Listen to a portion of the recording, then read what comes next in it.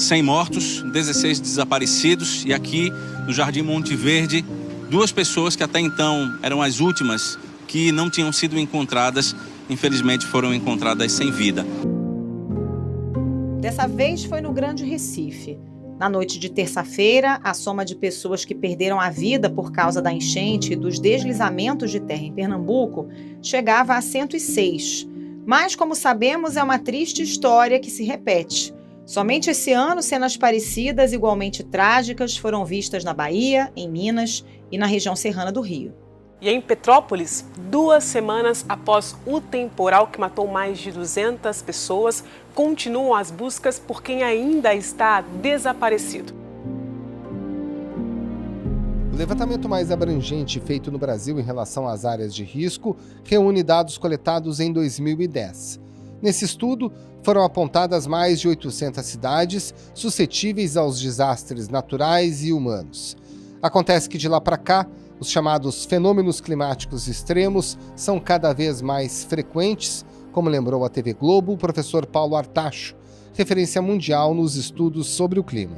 Então, enquanto o país não colocar um plano de adaptação ao novo clima, nós vamos ver matérias como essa dias e dias e dias. Então, as palavras que foram utilizadas, tragédias, desastres, catástrofes, vão ser parte do nosso dia a dia. E é função dos governos impedir que isso aconteça.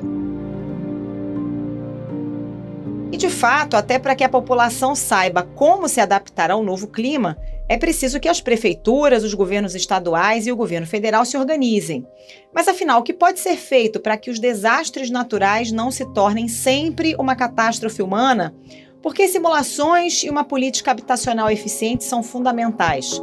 E qual é o preparo hoje das prefeituras para lidar com esse cenário que veio para ficar? Esses são os temas do Ao Ponto desta quarta-feira, que integra o projeto Um Só Planeta. Eu sou o Roberto Maltic, estou com a Carolina Moran e nesse episódio conversamos com a pesquisadora do Centro Nacional de Monitoramento e Alertas de Desastres Naturais, o CEMADEM, Silvia Saito. E antes de a gente começar a conversa, queria avisar que fico de férias pelos próximos dias. Nesse período, a Carol conta com a companhia da Poliana Bretas e da Elisa Martins, que vão se revezar por aqui. Fique com a gente.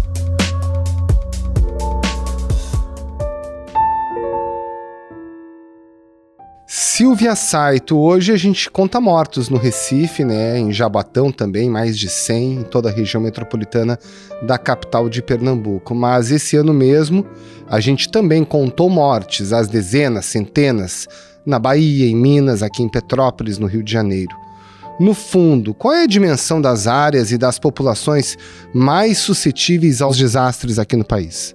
Quando nós falamos em população exposta em áreas de risco no Brasil, nós trabalhamos com uma estimativa que foi desenvolvida a partir de um acordo de cooperação técnica com o IBGE. Então, o CEMADEM e o IBGE desenvolveram uma metodologia em que foi possível estimar que aproximadamente 8 milhões e 200 mil brasileiros estão expostos em 825 municípios no Brasil. Isso, a gente está falando de dados que foram utilizados a partir do censo de 2010. E esses 825 municípios que foram identificados são aqueles que têm áreas de risco de deslizamentos, inundações e enxurradas. Então, a gente está falando dessa estimativa para esse contexto de 2010.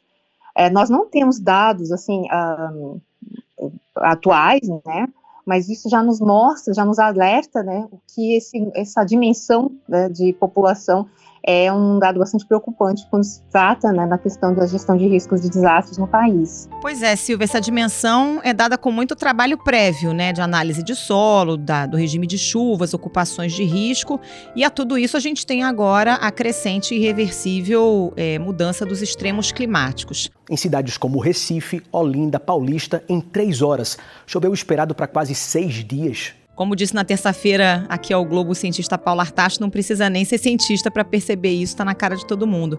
Esses extremos devem ampliar as áreas suscetíveis Ou a gente pode imaginar que as futuras tragédias ficarão restritas a essas áreas que já são conhecidas? Não, os estudos já vêm demonstrando, né, e como bem comentado, já nós temos nos deparado exatamente com essa realidade. Hoje nós convivemos, o problema é hoje, né? A gente não precisa pensar no amanhã ou no depois de amanhã. Nós já estamos enfrentando, né? E precisamos lidar com esses extremos. Silvia, falando agora do que a gente pode fazer para evitar que um grande desastre natural acabe se tornando um grande desastre humano. Recife, por exemplo, é uma região crítica para enchente já há décadas. No passado já foram adotadas medidas para mitigar os efeitos desse tipo de evento, só que eles estão ficando mais extremos. Como é que se planeja o futuro num caso como esse? Hoje nós temos atuado de maneira muito reativa, né? Os desastres ocorrem e depois nós agimos. Então, se na essência nós pensássemos realmente, de fato, em prevenção, ou seja, evitar que o risco se instale, e para isso nós temos instrumentos, né, como mapeamentos geotécnicos, mapeamentos de suscetibilidade, ou seja, aqueles instrumentos que mostram qual que é o potencial de um terreno a ser ocupado ou não. Então, se a gente consegue pensar nessa medida de prevenção, ocupar, evitar que o risco se instale, né, a gente está trabalhando exatamente em prevenção. Hoje, a gente está trabalhando muito em mitigação, né? O risco já está instalado, nós temos, como você mencionou, nós temos cidades já ocupadas, né, já urbanizadas, e que precisamos conviver com esse tipo de situação. Então, ao se pensar em medidas, né, acho que uma questão chave é pensar realmente na gestão integral de riscos e desastres, e aqui nós precisamos pensar não somente não nos cercar só apenas a questão de proteção e defesa civil, nós precisamos integrar outras políticas setoriais que são essenciais, por exemplo, a habitação, a saúde, meio ambiente, educação, né, e precisam trabalhar de formas integradas. Cada política tem um plano, esse plano precisa integrar e pensar no risco como uma forma transversal. Outro ponto que eu vejo também que é essencial é integrar os atores. A questão do setor público, o setor privado e a própria população precisa estar trabalhando de forma sinérgica. Um outro ponto, e isso é muito característico aqui do nosso país, a gente precisa trabalhar na integração dos entes federativos, né? A União, os estados, os municípios precisam também ter um norte comum para se pensar nessa questão da redução de riscos e desastres.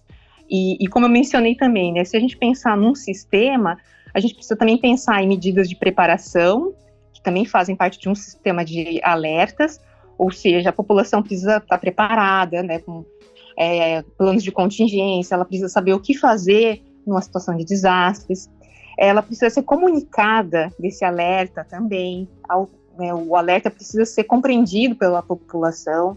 Esse monitoramento também é uma atividade inerente ao sistema de alertas. Então, quando a gente pensa em todos esses eixos integrados, é o que se realmente pode pensar num sistema de alertas, né?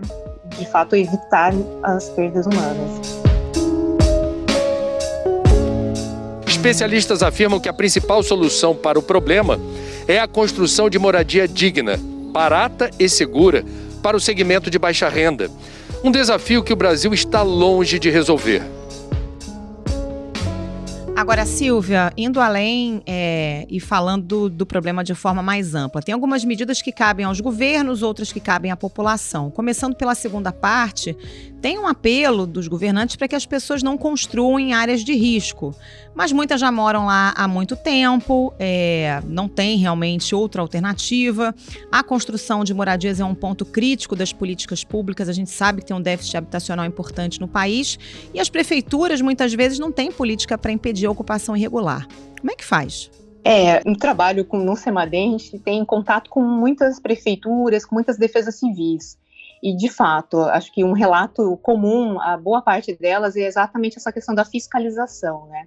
Esse trabalho integrado, né, da Defesa Civil com outros setores da prefeitura, no sentido de evitar realmente que as áreas sejam ocupadas ou adensadas, né?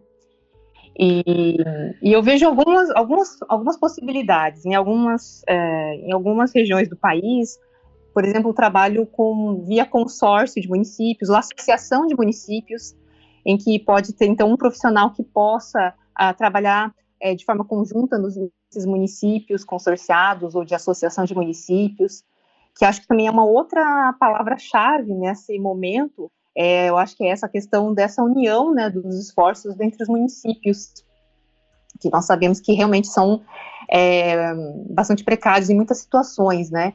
Especialmente quando a gente fala no contexto brasileiro também, que nós temos uma porcentagem significativa de municípios de pequeno porte, né? Municípios com menos de 20 mil habitantes. Isso é quase um pouco mais de 70%, né, do total de municípios brasileiros. E nesses municípios de pequeno porte, a gente está falando de municípios que, por exemplo, não têm essa questão da estruturação, né, de recursos humanos nas suas prefeituras, essa dificuldade de recursos financeiros, e, por um outro lado, também a questão de elaboração de um plano diretor.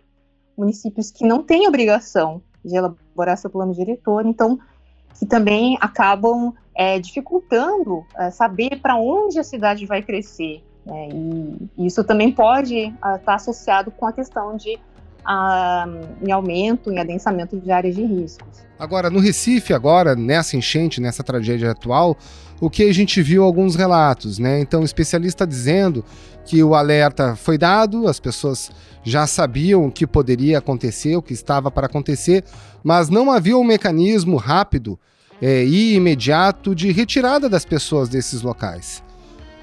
O que falta para que isso aconteça? Bom, esse é um trabalho que necessita ser desenvolvido ao longo do ano todo, né, e não somente no período chuvoso. Essa preparação da população, ela é feita de forma, como a gente costuma dizer, não somente no momento da crise, né? Então, ela precisa estar preparada, seja por informativos que a própria Defesa Civil pode elaborar, seja nas escolas, diferentes canais de comunicação com a população, né?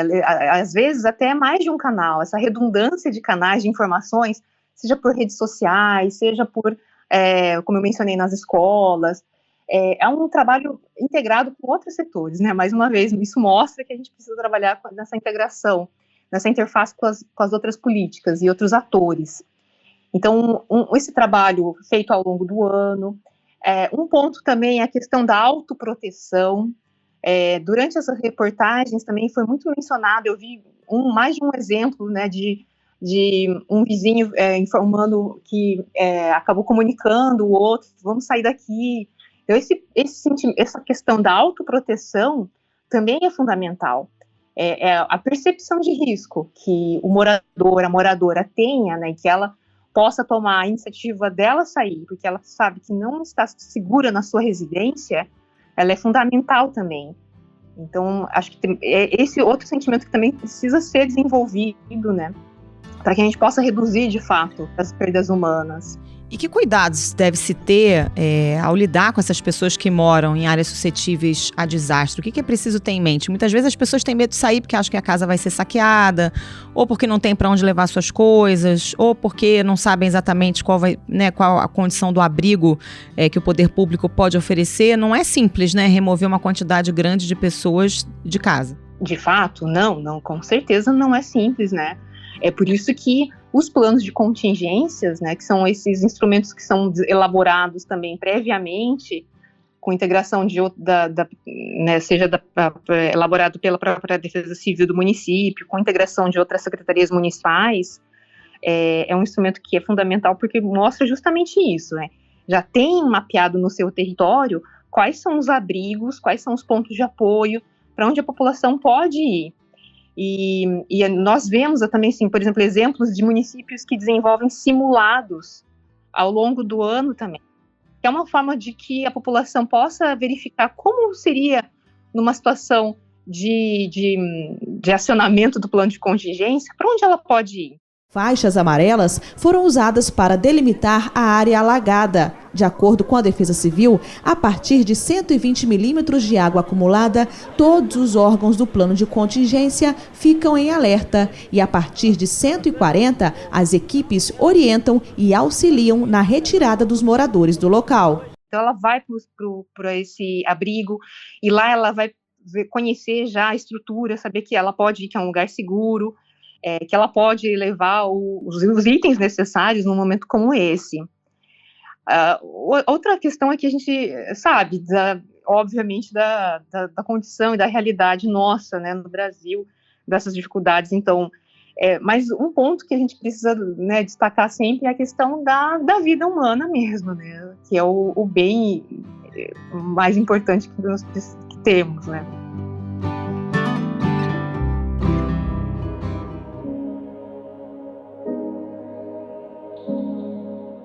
Silvia, eu gostaria de me apegar a dois aspectos que já foram comentados. Um são esses simulados, né, esses treinamentos para a população, e a outra questão da habitação. Você falou que conversa muito com as prefeituras. Esses simulados têm ocorrido na maioria das cidades que estão suscetíveis aos extremos climáticos ou a tragédias naturais e também tragédias humanas.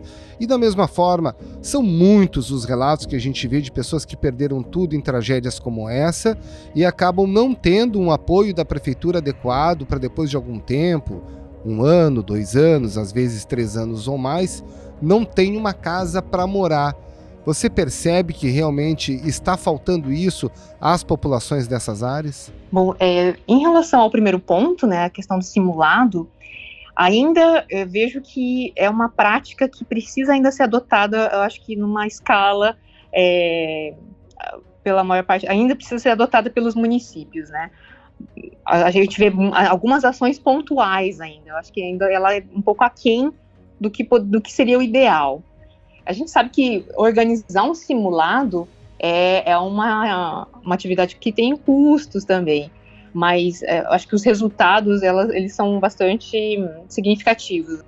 Mas ainda eu acho que precisa ser melhorado e estimulado ainda para que os municípios possam elaborar e desenvolver de forma mais uma rotina, né, ao longo das atividades de proteção e defesa civil.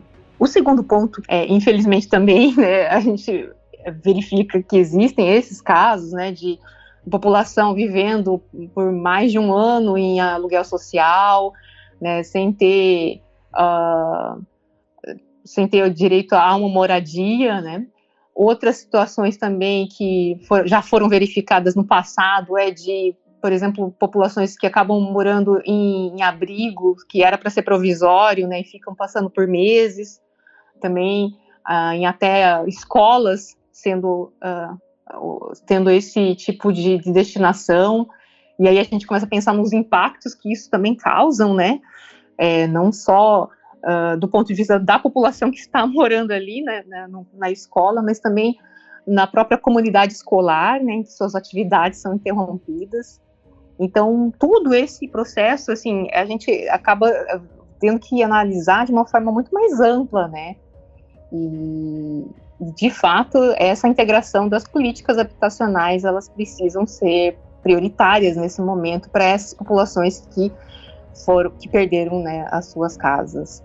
Silvia, para além dessa questão da remoção das pessoas que moram em área de risco, dá para a gente pensar em medidas para melhorar a drenagem das cidades, que hoje são muito impermeáveis, né, muito asfaltadas, e também para promover um adensamento das áreas onde já tem infraestrutura. A gente tem cidades muito espalhadas, né, com casas pelas encostas e muitas vezes um centro da cidade abandonado, como é o caso do Rio de Janeiro. Em São Paulo tem prédios inteiros abandonados também em áreas com infraestrutura. Esses aspectos são relevantes, sim.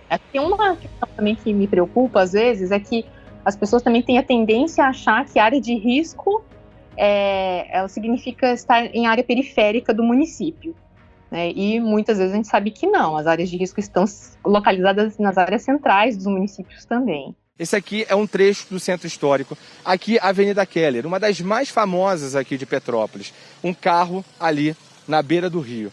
E um outro aspecto também que você mencionou é essa remoção, né? A gente também lida e sabe, né, também de diversos impactos que essa questão de remover a população de uma determinada área, ela tem, né? Impactos sociais muito fortes, né? Então, acho que há uma tendência de reurbanização, claro, onde o risco é mitigável, ou seja, onde obras podem ser elaboradas para reduzir a exposição da população. A convivência com o risco, me parece que é uma tendência, é algo que a gente precisa se apegar, porque é algo que a gente vai ter que conviver de fato com esse aspecto, né? O risco zero praticamente é inexistente, né? A gente tem que conviver com essas possibilidades de que um potencial evento possa causar impactos numa sociedade. Então, essa convivência, ela é inerente, acho que, ao nosso sistema hoje. E existem, sim, acho que existem medidas, né? Acho que a gente tem um capital acadêmico significativo acumulado nesses últimos anos. A gente tem conhecimento de não só medidas estruturais, né? Por exemplo, essas medidas de drenagem, de contenção de encostas, mas a gente também sabe do potencial das medidas não estruturais na redução de riscos de desastres. E aqui eu me refiro justamente à questão dos sistemas de alertas, do planejamento urbano, da própria educação para a redução de riscos de desastres, que são, todas elas trabalham de maneira integrada, né? As medidas não estruturais e as medidas estruturais. Não existe uma que seja melhor ou pior, né? Elas trabalham de forma, elas são complementares umas às outras, né? Silvia, é inevitável, né, nesse tema que a gente está conversando aqui, falar sobre eficiência no gasto do dinheiro público, né? Parece essencial saber onde vai gastar e gastar bem para que essas medidas deem certo, seja para adaptar cidades aos extremos, seja para prevenir tragédias.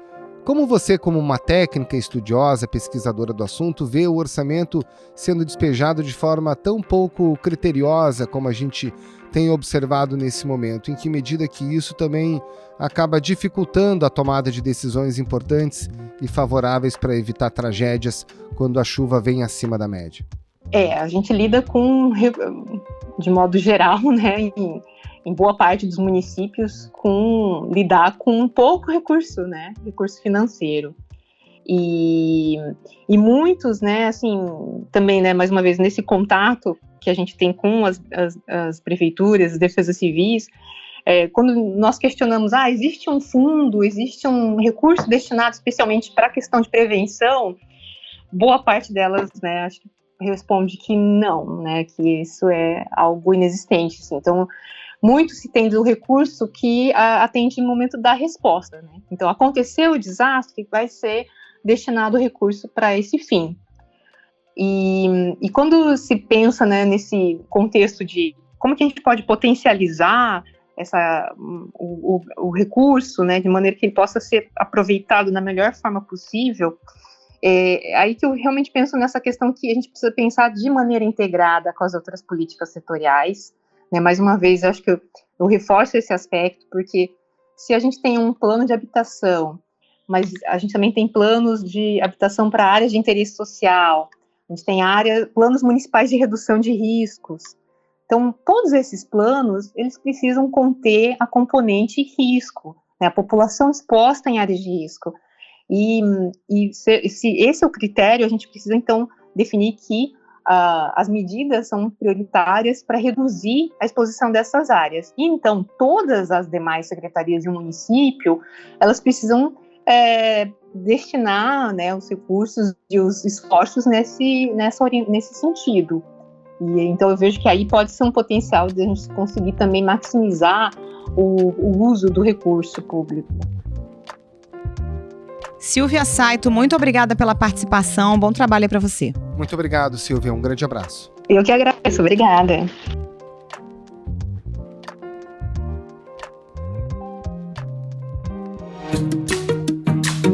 Esse foi o Ponto de Hoje, o podcast diário da redação do Globo. Nessa conversa a gente conta com a participação de toda a equipe do jornal, as mesmas pessoas que levam até você informação e análise de qualidade todos os dias. Quer saber mais? Assine o Globo. Acesse assineoglobo.com.br e confira todas as notícias e reportagens especiais.